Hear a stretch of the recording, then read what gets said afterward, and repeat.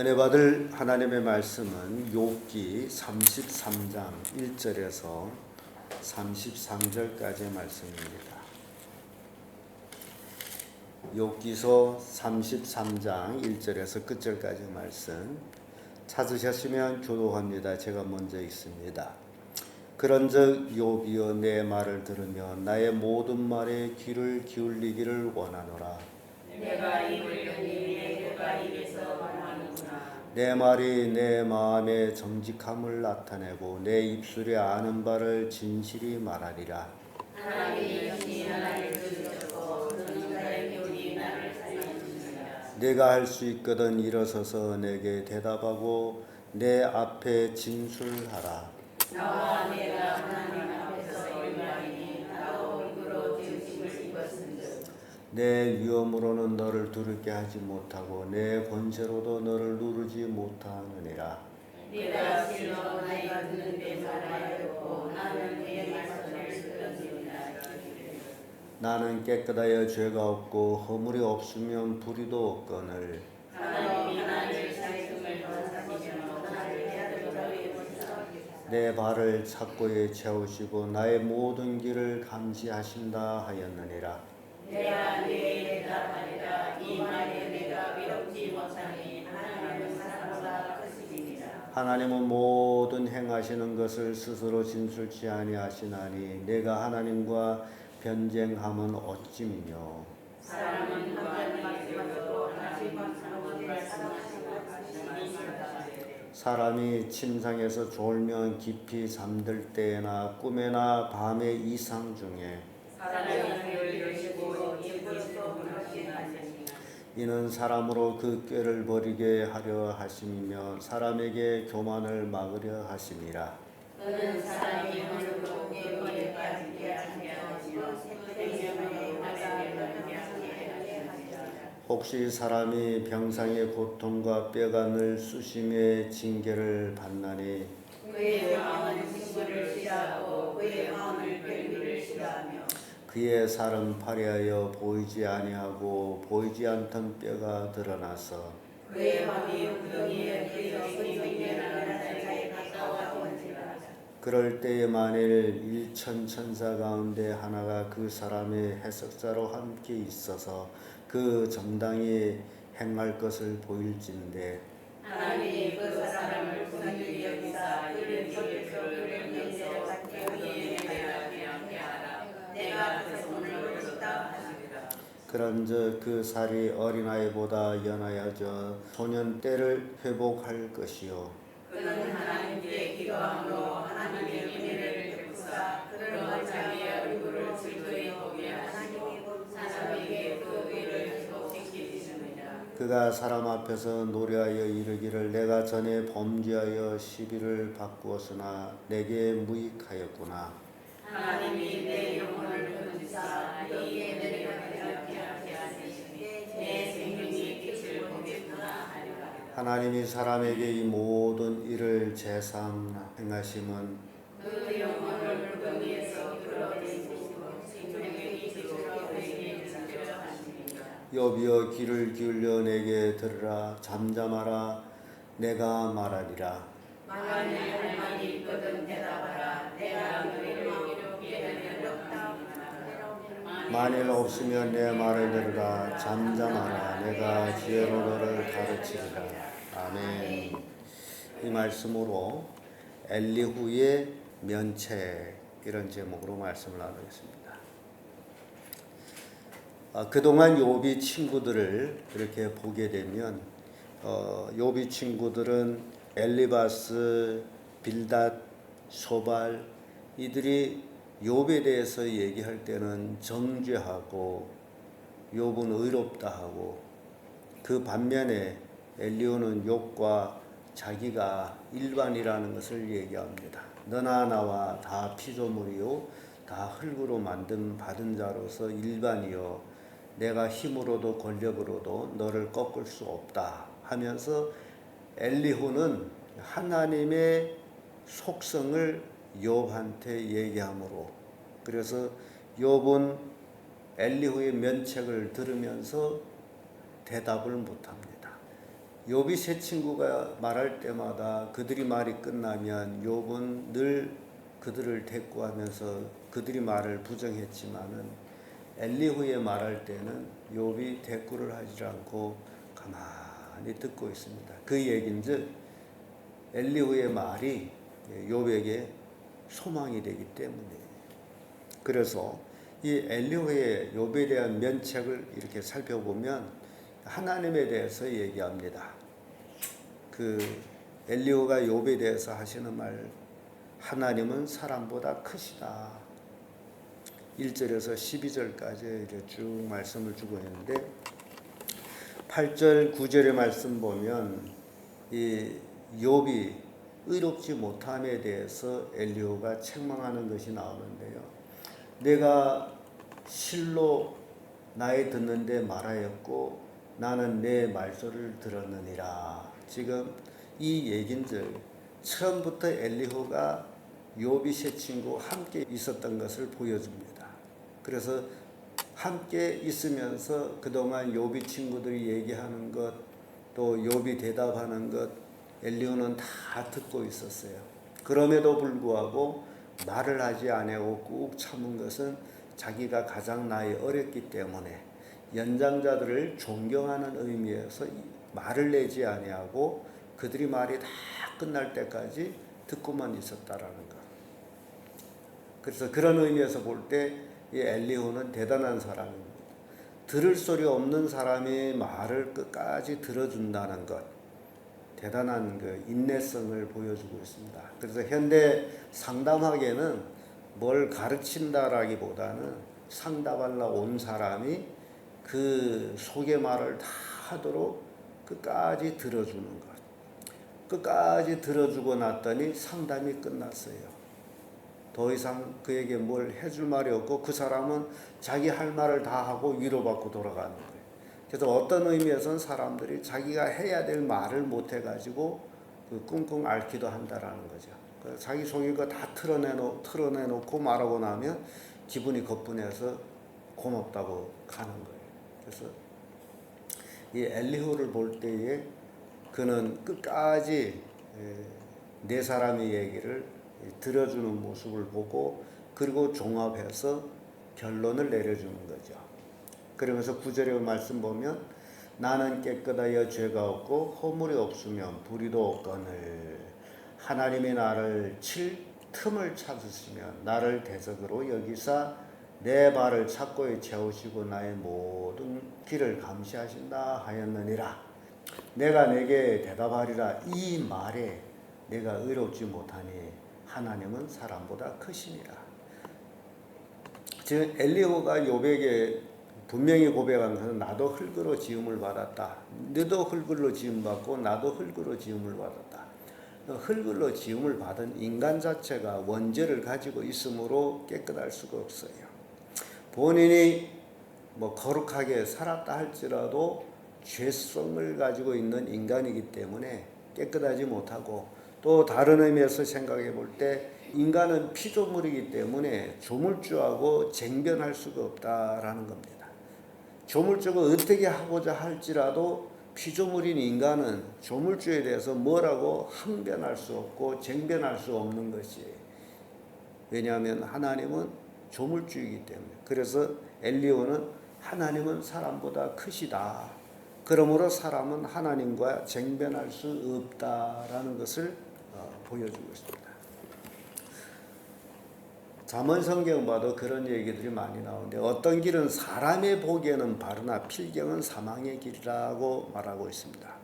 그러니까 사람이 보기에 좋다라는 것이 하나님 보기에 좋은 것이냐? 아닐 수도 있다라는 거죠. 그래서 가장 중요한 것은 하나님 보시기에 좋아야 되고 하나님 보시기에 의로워야 된다. 그래서 성경에는 하나님이 그 죄를 인정치 아니한 자는 복이 있다. 사람 보기에는 죄가 분명히 있어요. 그런데 하나님이 그 죄를 인정하지를 않아. 죄 없다라고 생각하고 있어. 그런 사람은 복이 있다는 거죠. 그런 사람이 누구냐? 바로 우리라는 거예요. 우리는 다른 사람들이 우리를 볼 때 우리는 죄인들입니다. 그래요. 맞아요. 우리도 똑같은 흙으로 지음받은 인간들이기 때문에 죄인이에요. 그런데 하나님이 우리를 보실 때에 우리는 예수 그리스도를 믿음으로 인해서 예수 그리스도의 십자가 보혈로 죄 사함을 받은 자들로 하나님 보시기에 우리를 의롭다 하신다라는 거예요. 우리와 똑같은 사람들, 예수 그리스도를 믿지 않는 사람들은 하나님이 그들을 의롭다 하지 않아요. 그래서 의롭다함을 하나님이 그 죄를 인정치 아니한 자가 복이 있다. 우리 죄가 왜 인정받지 못합니까? 예수 그리스도의 십자가 보혈로 용서받았기 때문에. 그래서 복 있는 자들이에요. 그래서 엘리후는 욥에게 하나님은 사람보다 크시니라. 시편 95편 3절에도 대저 여호와는 크신 하나님이시요 모든 신위의 크신 왕이시로다. 모든 신위의 크신 왕이로다. 하나님의 이 크심을 우리 인간은 이해를 못합니다. 우리가 천국 가기까지 하나님 크심을 이론적으로만 어떻게 크다라고 얘기하지만은 우리는 실제적으로 이해를 못하고 있습니다. 그래서 사람들은 하나님을 마치 사람처럼 생각합니다. 자기 생각하는 만큼 하나님은 그럴 것이다라고 생각합니다. 그래서 심지어 하나님의 모습이 사람 같지 않겠냐라고 그런 얘기를 합니다. 여기에 인간의 한계성이라는 거예요. 왜냐하면 인간은 하나님을 모르기 때문에 하나님이 인간 앞에 나타날 때 사람의 모습으로 나타났어요. 그랬다라고 사람들은 하나님이 인간의 모습이 아니겠냐 그렇게 얘기를 합니다. 두 번째로 엘리후의 면책을 보면서 하나님은 사람을 교훈하신다라고 말합니다. 13절에서 22절까지 말씀인데 13절의 말씀에 와보면 하나님은 모든 행하는 것을 스스로 진술치 아니하시나니 내가 하나님과 쟁병하며 어찌미뇨. 하나님이 하시는 모든 일을 인간에게 모든 걸 다 보여줄 수는 없죠. 보여줘도 이해를 못하기 때문에 사람이 무관히 여겨도 하나님은 한 번 말씀하시고 다시 말씀하시되 사람은 하나님이 뭐라고 말씀하신 데에 대해서 관심이 없어. 그러나 하나님은 한 번 말씀하시고 깨우쳐 주시기에 또 말씀하시는데 하나님이 인간을 교훈하는 것은 어떻게 하느냐. 하나님은 영이기 때문에 직접 사람에게 뭐라고 말씀하는 것이 아니라 사람이 침상에 졸면 깊이 잠들 때나 꿈에나 밤의 이상 중에 사람의 귀를 여시고 인치듯 교훈하시나니. 그러니까 하나님은 우리는 구약 성경에 많이 보면 꿈을 통해 가지고 교훈하시고 뭐 환상으로도 교훈하시고 그런 모습 보는데 하나님은 이렇게 사람을 교훈하신다. 왜 사람을 교훈하느냐 그 원인을 보게 되면 15절에서 쭉 그 말씀하고 있는데 하나님이 왜 교훈하시느냐 하면 사람으로 그 꾀에 빠지지 않게 하기 위해서. 사람은 잔머리를 잘 굴립니다. 그래서 잔머리를 굴리다가 자기 나름대로 그렇게 하는 것이 옳다라고 생각할 때 그 꾀에 빠져요. 그래서 그 꾀에 빠지지 아니하도록 하나님은 교훈하고 계십니다. 우리 인간의 사상이 그런 거예요. 하나님이 없다라는 리론이 바로 인간 자기 꾀에 빠진 거예요. 하나님이 있음에도 불구하고 없다라고 무신론 신자들이죠. 근데 그게 얼마나 자기 꾀에 빠져 있느냐. 하나님이 있는데 없다라고 하는 것이 얼마나 어리석으냐 말이죠. 그럼에도 불구하고 자기 꾀에 빠져서 하나님이 없다라고 하죠. 또 18절 보면 그는 사람의 혼으로 구덩이에 빠지지 않게 하시며 그 생명으로 칼에 멸망치 않게 하려 하시니. 하나님이 왜 교훈하느냐? 멸망치 않게 하기 위해서. 그래서 멸망치 않게 하기 위해서 교훈을 하시는데 지금 욥이 당하는 고난하고 비슷한 얘기 나옵니다. 19절에 혹시는 사람이 병상에 고통과 뼈가 늘 쑤심의 징계를 받나니. 지금 욥이 뼈가 쑤셔가지고 밤을 자지를 못합니다. 그의 마음이 식물을 싫어하고 그의 혼은 별미를 싫어하며. 지금 욥이 죽음의 직전에 와 있어요. 그 살이 파리하여 보이지 아니하고 보이지 않던 뼈가 드러나서, 뼈는 본래 살 속에 묻혀서 보이지를 않아요. 그런데 살이 싹 빠져나가다 보니 뼈의 가죽이 들씌워가지고 앙상한 모습으로 보여요. 사람들이 늙어서 죽을 때 보게 되면 먼저 살이 빠지죠. 그래서 살 빠져가지고 뼈가 앙상해지는 모습을 봅니다. 그럴 때면 이게 죽을 때가 오는구나. 살도 있을 만큼 있어야 돼요. 다이어트 한다고 다 빼버려도 안 되는 거죠. 그리고 22절에 그의 혼이 구덩이에 그 생명이 멸하는 자에게 가까워졌느니라. 이렇게 사람이 고통을 당할 때에는 이제 죽음이 가까운 것이다. 근데 그것을 통해 가지고 하나님은 구원하신다는 얘기하는 거죠.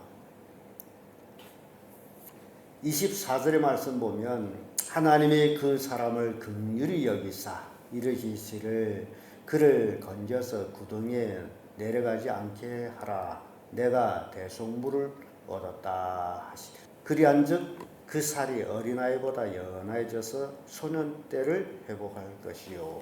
그런 말씀입니다. 지금 엘리후가 지금 욥이 당하는 고난을 통해 가지고 극심한 죽음에 임각했을 때 하나님이 너를 그 구덩이에 빠지지 않도록 구원하신다. 그런 얘기를 주고 있습니다. 그래서 23절에서 끝절까지의 말씀에서 하나님은 사람을 긍휼히 여기신다라고 말씀 주고 있습니다. 26절에 이런 말씀이 있어요. 그는 하나님께 기도함으로 하나님이 은혜를 베풀사 그로 자기의 얼굴을 즐거이 보게 하시고 사람에게 그 의를 회복시키느니라.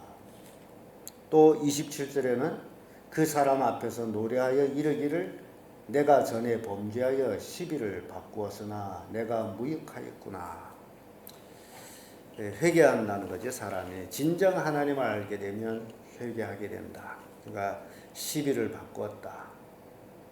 하나님은 사람을 긍휼히 여기시고 회복을 시켜주신다. 결국 28절에 와서는 하나님이 내 영혼을 건지사 구덩이에 내려가지 않게 하셨으니 내 생명의 빛을 보겠구나 하리라. 결국 생명의 빛을 얻게 하신 것. 하나님은 인간을 멸망케 하는 것이 아니라 고난을 통해서 구원하시는 하나님이시다 라는 교훈을 주고 있습니다. 욥은 수없이 많은 고통을 당하면서 욥이 친구들한테 내가 왜 고난을 받느냐, 의인이 왜 고난을 받느냐 라는 것을 해답을 얻고자 했지만은 욥의 친구들은 그 해답을 주지 못하고 네가 죄를 졌기 때문에 고난을 받는다. 그것만 강조했어요.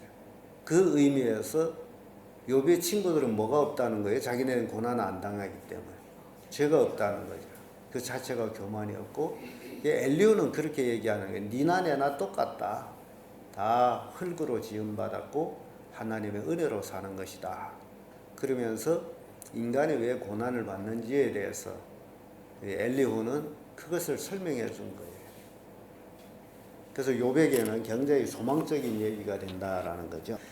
그래서 엘리후는 욥의 세 친구 엘리바스, 빌닷, 소발과는 달리 욥을 정죄하는 것이 아니라 하나님의 속성을 말함으로 욥에게 소망을 주고 있고 욥의 잘못된 독백을 책망하고 있는 엘리후 모습을 봅니다.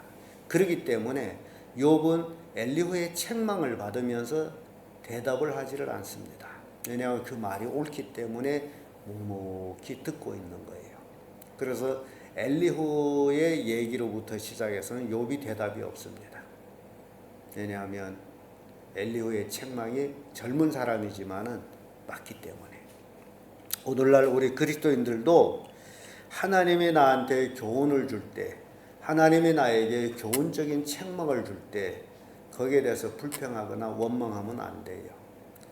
괜히 예배 시간 때마다 목사는 꼭 나를 꼭 찍어가지고 말하고 있다라고 생각한다면 왜 나를 꼭 찍어서 얘기한다라고 생각하게 되죠? 자기가 그렇게 살았다는 얘기죠. 그러면 그 잘못을 알고 돌이키는 거예요. 거기에 대해서 불평 원망할 때 하나님이 자기를 책망하는 것에 대한 불평이라는 겁니다. 어찌면 내가 잘못한 것을 그렇게 꼭 찍어서 얘기해 줄까? 너무너무 감사하다라고 생각하면 그 책망은 얼마나 좋은 책망이 돼요. 영혼을 살리는 책망. 근데 괜히 나만 말하고 있다고 교회 가기 싫어하게 된 그 영혼이 어떻게 되죠? 멸망하게 되는 거예요. 그래서 이런 것들을 우리가 지금 엘리후의 욥에 대한 책망을 통해 가지고 옳은 책망이라면 아멘으로 받아들이고 고치는 것. 고친다는 게 뭡니까? 다시는 안 하는 거죠. 기계 고치는 거죠. 근데 머리는 끄덕끄덕거리고 때가 되면 또 그대로 해요. 근데 잠언에는 그런 얘기를 그렇게 하더라고요. 개가 토한 것을 도로 먹듯이 미련한 자는 그 미련함을 거듭 행하리라. 책망을 듣고도 다시 그렇게 하면 무슨 자라는 거예요? 개같이 미련한 자라는 거예요. 성경 말씀의 제 말이 아니에요. 그러니까 지혜로운 자들이래요. 우리는 하나님의 자녀들이기 때문에 하나님의 긍휼을 입은 자들이고 예수 그리스도의 십자가 보혈로 구원받은 자들이기 때문에 깨우침을 받고 돌이킬 수 있는 그런 귀한 하나님의 백성들이 되어야 됩니다. 그래서 오늘 우리 엘리후의 면책을 통해 가지고 이러한 것들을 우리가 깨닫게 됩니다. 기도하겠습니다.